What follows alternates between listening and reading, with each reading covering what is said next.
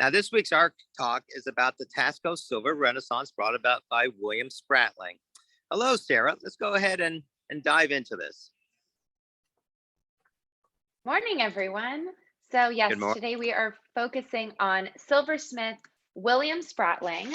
So Spratling was born in 1900 in Livingston County, New York. He was the son of an epileptologist, also named William Spratling. And after the death of Spratling's mother and sister, he moved to his father's boyhood home outside of Auburn, Alabama. Spratling graduated from Auburn High School and the Alabama Polytechnic Institute, currently known as Auburn University, where he majored in architecture. So upon graduation, Spratling took a position as an instructor at the architecture department at Auburn University. And in 1921, he was offered a similar position at Tulane University School of Architecture in New Orleans. At the same time, he was an active participant in the Arts and Crafts Club, and he actually taught in the New Orleans Art School. So Spratling taught art and architecture at Tulane University for 8 years before going to Mexico in 1927. And during the summers of 1926 through 1928, Spratling lectured on colonial architecture at the National University of Mexico's summer school. But while teaching at Tulane, Spratling actually shared a house with writer William Faulkner, which I thought was a fun little tidbit of information. So the highly charged political and social environment in Mexico after the revolution really influenced Spratling's decision in 1931 to reestablish a silver industry in Taxco, right where AJ is staying.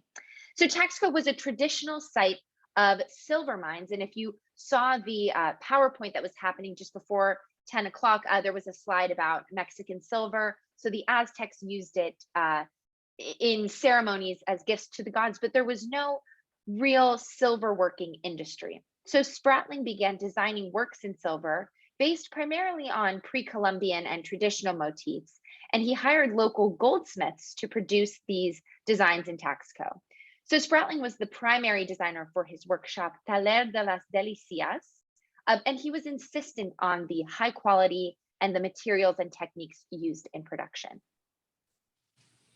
So this first example of Spratling's work was actually not inspired by Mexico's pre-Columbian motifs. It appears that the design inspiration for this necklace came from the halo of the Virgin, a figure currently in the collection at the Museo de Arte Religioso in Mexico City.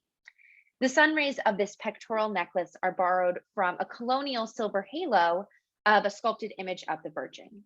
William Spratling designed the necklace for the famous Polish-American business magnate Helena Rubinstein.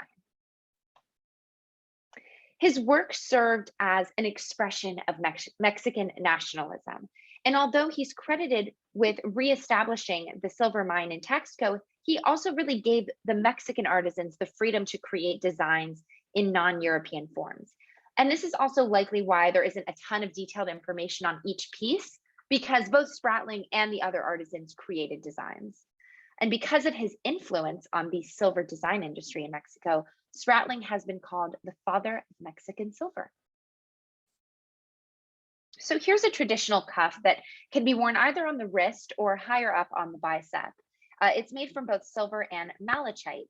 Malachite is a striated green crystal found all over the world, and it's thought to bring transformation and positive change. And it was originally used as pigment for paint, but here we can see its use of the crystal itself in the jewelry. So Spratling's later work is a little more linear and refined. The croissant necklace has a great deal of movement, and Spratling's maker's mark in this period of his career took the form of a circle with the letters WS inside. So as he grew as an artisan and in popularity, he also had to build a more recognizable trademark symbol. And this piece is beautiful to me because the silver work is, of course, remarkable, but also the way in which the crystal, the tortoiseshell crystal, is incorporated so seamlessly with the silver, it almost looks like blown glass. And finally, here are some more Western household items. We have the coffee set and a serving spoon. So again, as Spratling grew as an artisan, so did his demand for more practical pieces. But you can see, the flair of personality in the serving spoon with the very specific line work on the handle. It almost resembles a dagger. So Spratling was a unique figure because of the influence he had on Mexican silverwork, even though he was American. After his death in 1967, a friend of his said he believed in humanity. He was an ardent American, but had great love for the Mexican people. Thank you.